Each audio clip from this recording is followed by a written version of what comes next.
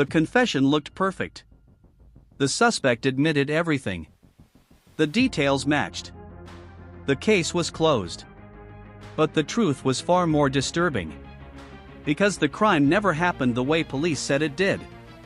In 1998, a 19-year-old black man named Marcus Hill was living with his mother in a working-class neighborhood in a Midwestern American city.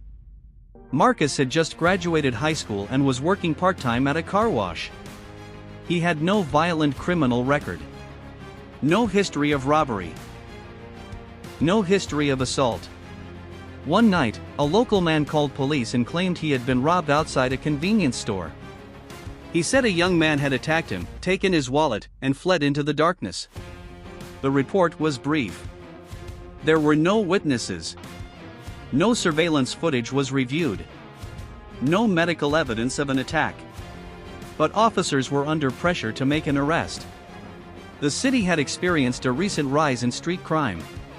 Community leaders were demanding action. Police wanted a quick resolution.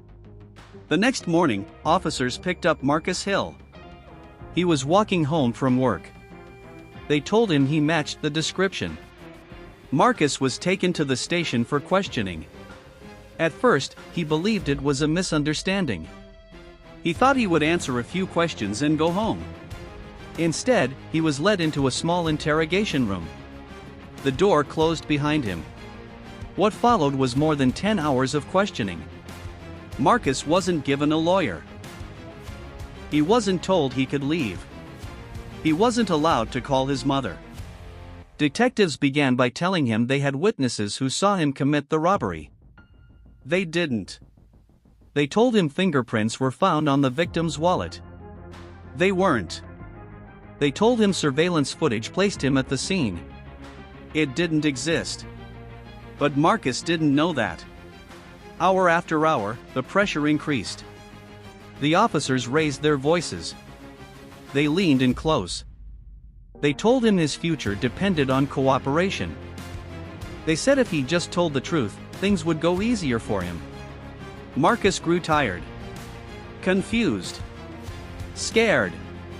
Eventually, detectives placed a written statement in front of him. It described the robbery in detail. The words weren't his. But the detectives told him to sign it. They said it was the only way to go home. Marcus signed. That signature changed his life. The prosecution built its entire case around the confession. In court, prosecutors told the jury, "This is not speculation. This is a confession." They presented no physical evidence. No DNA. No fingerprints. No stolen property. Just a piece of paper with Marcus's name at the bottom. The alleged victim testified that Marcus looked like the man who robbed him. The defense argued the confession was coerced. But without video footage of the interrogation, the jury had no way to know what really happened in that room. Marcus Hill was convicted. He was sentenced to 20 years in prison. He was 20 years old. Prison changed Marcus quickly. He lost weight. He lost contact with friends. He lost the future he had imagined. His mother visited when she could. She never stopped believing him. For years, Marcus wrote letters to innocence organizations, legal clinics, and journalists. Most never replied. Then, more than a decade later, a legal review team re-examined the case.